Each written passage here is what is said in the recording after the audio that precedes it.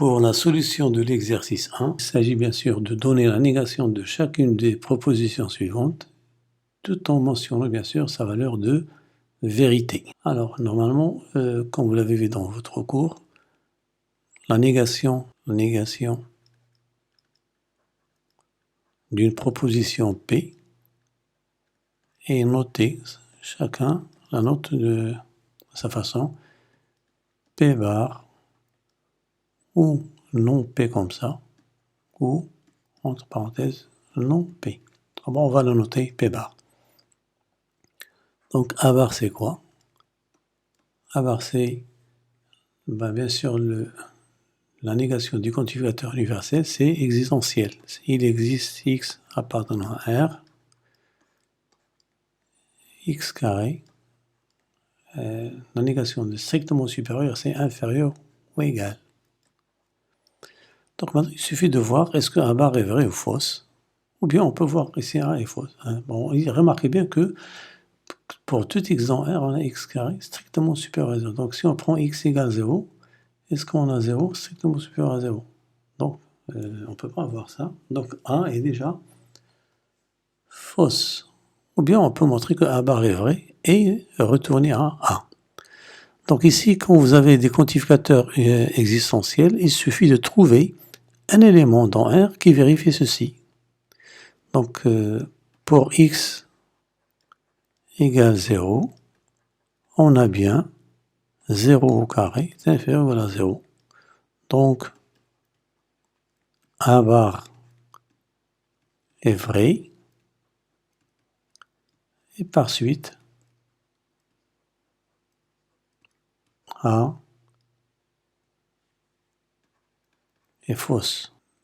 B bar, la négation de B c'est toujours il existe x appartenant à R et x carré inférieur strictement à 0.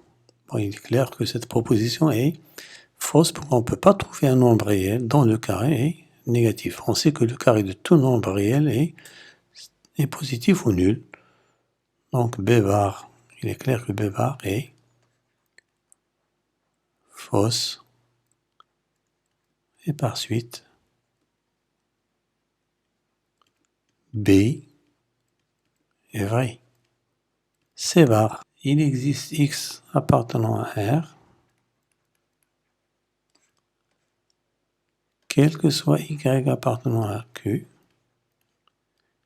y carré est différent de x. Donc est-ce qu'on peut trouver par exemple un nombre réel tel que le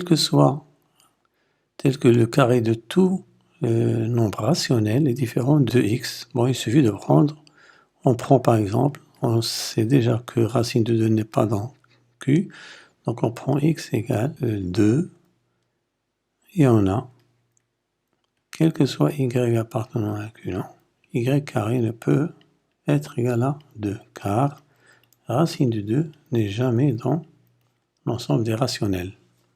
Ce n'est pas un nombre rationnel, c'est un nombre irrationnel. Donc, C bar est vrai, et par suite, C est fausse.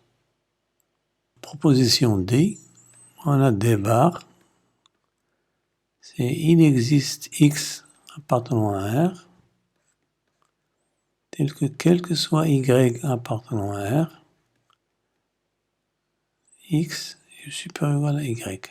D c'est quoi? C'est que soit x appartenant à R, il existe un y appartenant à R, tel que y est inférieur à x. Alors, quand vous avez des quantificateurs mixtes, c'est-à-dire universels puis suivis de l'existentiel, ça veut dire que toujours ce deuxième élément dépend de celui-ci. Donc il suffit de trouver par exemple y en fonction de x, mais qui vérifie ça. Donc il est clair que quel que soit x appartenant à R, si on prend y égale x moins 1 ou x moins 2 ou n'importe quelle valeur qui soit inférieure à x, ça vérifie donc. et y est inférieur strictement à x. Donc, D est vrai. Essayons de voir une autre méthode. Montrons que D bar est fausse. Dans ce cas, D sera vrai. C'est quoi D bar? D bar, c'est il existe un x appartenant à R tel que, quel que soit y appartenant à R, y est inférieur ou égal à x. Bon, x supérieur, ça veut dire y est inférieur à x. Ça veut dire quoi? Si on schématise ceci par, on sait que l'ensemble des nombres réels, c'est celui-là. Ça, c'est R. Nous avons un x quelque part là. Il est quelque part là.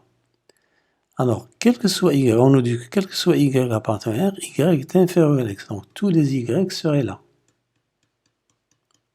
Ça veut dire quoi? Tous les nombres réels sont inférieurs à x. Ça veut dire, c'est-à-dire que R serait inclus dans l'intervalle, ça c'est moins l'infini bien sûr, x. Ce qui n'est pas, ce qui est faux. Et par suite, D bar est fausse, et donc D est vrai. Donc nous avons deux façons de démontrer que D est vrai. La négation, bien sûr, c'est quel que soit x appartenant à R, il existe y appartenant à R tel que y supérieur ou égal à x. Alors, même remarque que tout à l'heure, il suffit de prendre, donc on a quel que soit x appartenant à R, nous avons dit que ce nombre dépend de celui-là. Quand vous avez l'universel puis l'existentiel, il suffit de prendre y égale par exemple x plus 1 ou x plus 2 ou e bar. Donc e bar est vrai et par suite e est fausse. F bar, c'est quoi? Il existe un antinaturel tel que la racine de n carré plus 1 n'est pas dans n. Là, il suffit de trouver un antinaturel tel que ceci vérifié. Bon, on peut prendre n égale par exemple 1. Et on a bien racine carrée de 2 qui n'est jamais un antinaturel. Donc, f bar est vrai et par suite, f est fausse. Voilà, donc nous avons vu comment déterminer la valeur de vérité d'une proposition, parfois directement et parfois en revenant à la négation de cette proposition. Alors, donc c'est terminé pour la solution de cet exercice, on passe à l'exercice suivant. Alors, pour la solution de l'exercice 2, il s'agit bien sûr d'exprimer toutes ces propositions à l'aide de quantificateurs universels et existentiels. Bon, premièrement, il existe un réel, bien sûr, c'est le quantificateur universel et existentiel, un nombre réel, tel que on l'exprime par un slash, quel que soit x appartenant à R, pour tout x dans R, on a x inférieur ou égal à m. Deuxièmement, le carré de tout réel est positif ou nul. Le carré de tout réel, c'est-à-dire quel que soit. Donc, quel que soit un nombre réel, son carré, il est positif ou nul. Troisièmement, certains réels sont strictement supérieurs à leur carré. Certains réels. Certains, c'est-à-dire il existe des réels, un x appartenant à R, tel que x est supérieur à x carré. Quatrièmement, il n'existe aucun nombre rationnel solution de l'équation x carré. Ça veut dire que l'équation x carré égale 2 n'admet pas de solution dans l'ensemble des nombres rationnels. Donc, quel que soit x appartenant à l'ensemble Q, x carré ne peut être égal à 2, donc il est différent de 2. Cinquièmement, f né est une fonction constante sur R. Bon, f est une constante, ça veut dire quoi? Que d'un cas, un nombre réel indépendant de x, tel que quel que soit x appartenant à R, f de x vaut constamment k. Sixièmement, entre deux réels distincts, il existe un rationnel. Donc, quel que soit x appartenant à R, quel que soit y appartenant à R, x différent de y, tel que il existe un R appartenant à l'ensemble des rationnels tel que R est compris entre x et y.